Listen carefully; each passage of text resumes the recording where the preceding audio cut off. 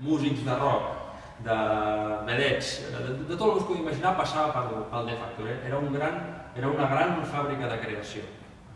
I se'n deia The Silver Factory, la fàbrica de plata, perquè estava tot embolicada en paper d'alumini, com si fos un plató enorme de cinema. I això, aquesta imatge que a mi em sembla tan bonica, és el que intentarem recrear a Can Trinxet.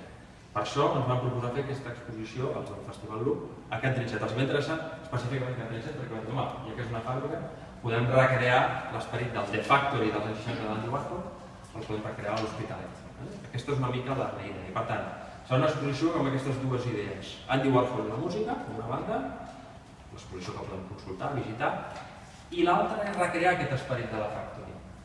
És a dir, això és el que encara ho estem treballant amb l'Artur, intentarem reviure la fàbrica amb una fàbrica d'art, com si fos la The Factory de Warhol, convidant la gent a fer art. També és el que us convidem a vosaltres, segurament, a fer art en aquesta fàbrica.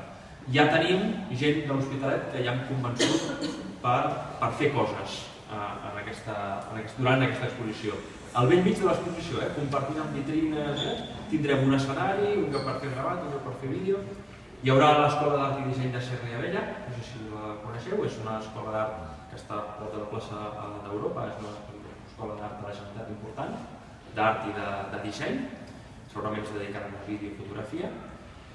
Què més? L'Escola de Música, de l'Hospitalet, que amb els nanos faran temes musicals ambientats amb Andy Warhol, els grups que a ell li agradaven o que ell dissenyava les portades. Em deixo algú més de l'Hospitalet, la Secretaria de Salut, convidadíssims? No, falta potser algú quart.